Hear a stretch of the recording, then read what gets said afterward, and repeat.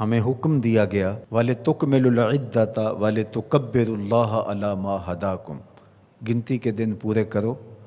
اور اللہ نے تمہیں جو ہدایت عطا کی اس پر اس کی بڑائی بولو، اس پر تکبیر بولو۔ گنتی کے دن 29 ہیں یا 30، ثواب 30 کا ہی عطا کیا جاتا ہے۔ وَلِتُكَبِّرُوا اللَّهَ عَلَى مَا هَدَاكُمْ، جو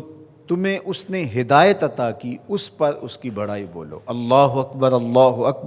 لا الہ الا اللہ واللہ اکبر، اللہ اکبر وللہ الحمد، یہ اس آیت کریمہ پر عمل ہے۔ عید کا دن اللہ کی رحمتوں کے نزول کا دن ہے، اور یہ دن ہمیں صدقہ فطر کی ادائیگی کا حکم دیتا ہے۔ صدقہ فطر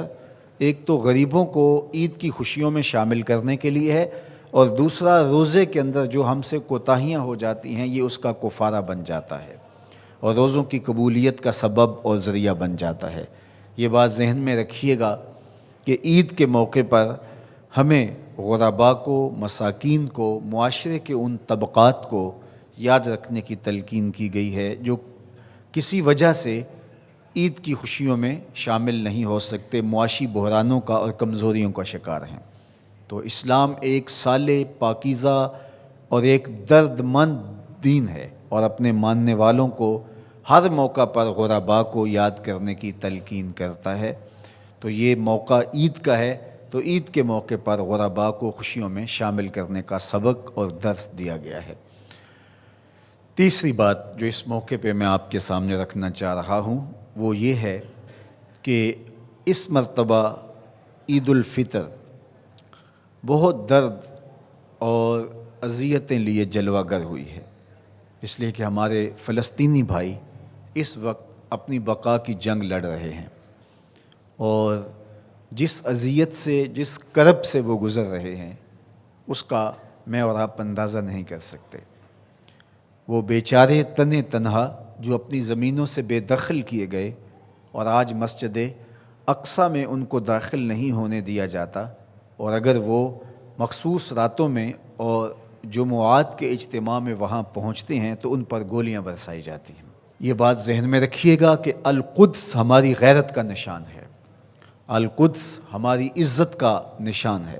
ہمارے آقا و مولا حضور ختم المرتبت صلی اللہ علیہ وآلہ وسلم نے آسمانی معراج کا آغاز مسجد اقصیٰ سے کیا، اور قرآن نے اس مسجد اقصیٰ کا تعارف کرواتے ہوئے کہا الذی بارکنا حولہ، یہ وہ بابرکت جگہ ہے جس کے اطراف میں ہم نے برکتیں رکھی ہیں۔ یہ انبیاء کی سرزمین ہے، یہ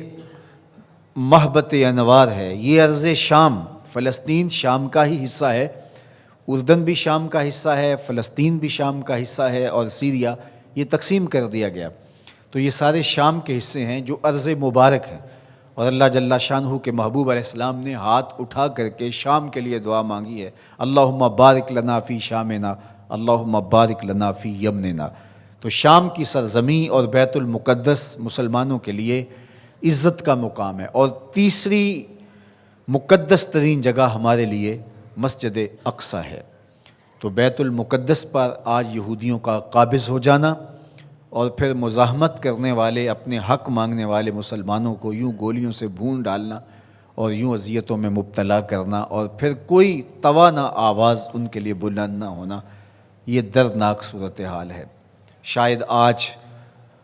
انہوں نے فیصلہ کر لیا ہے کہ جیسے بھی ہو ہم اپنا حق لے کے رہیں گے۔ آج وہاں عید کے دن فلسطینی اپنے بچوں کو لے کر کے، دودھ پیتے بچوں کو بھی گود میں اٹھا کے مسجد اقصیٰ کی طرف مارچ کریں گے کہ یا مسجد اقصیٰ ملے گی یا پھر اپنی زندگی سے ہاتھ دھو بیٹھیں گے۔ تو یہ فیصلہ کن مارچ ہونے جا رہا ہے۔ پورے عالم اسلام میں اضطراب ہے، ہم بے بس اور مجبور لوگ کیا کر سکتے ہیں ان کے لیے، لیکن دعا مومن کا اسلحہ ہے۔ جب ہم کچھ اور نہیں کر پاتے تو دعا ہمارے پاس موجود ہے۔ تو آج اس اجتماع عید کے موقع پر اپنے فلسطینی بھائیوں کے لیے پورے خلوص کے ساتھ دعا کیجیے گا، اللہ انہیں کامیابیاں نصیب فرمانا، اور غاصب یہودیوں کو غارت کر دینا، صہیونیوں کو برباد کر دینا، امت مسلمہ کو عروج اور بھانکپن نصیب فرمانا، اللہ ان کو آبرو دینا، مسجد اقصیٰ کی آزادی نصیب کرنا، اور ہمیں وہ بہاریں، وہ عزتیں، وہ وقار نصیب کرنا کہ ہم وہ دن اپنی آنکھوں سے دیکھ سکیں کہ مسجد اقصیٰ آزاد ہوئی ہے۔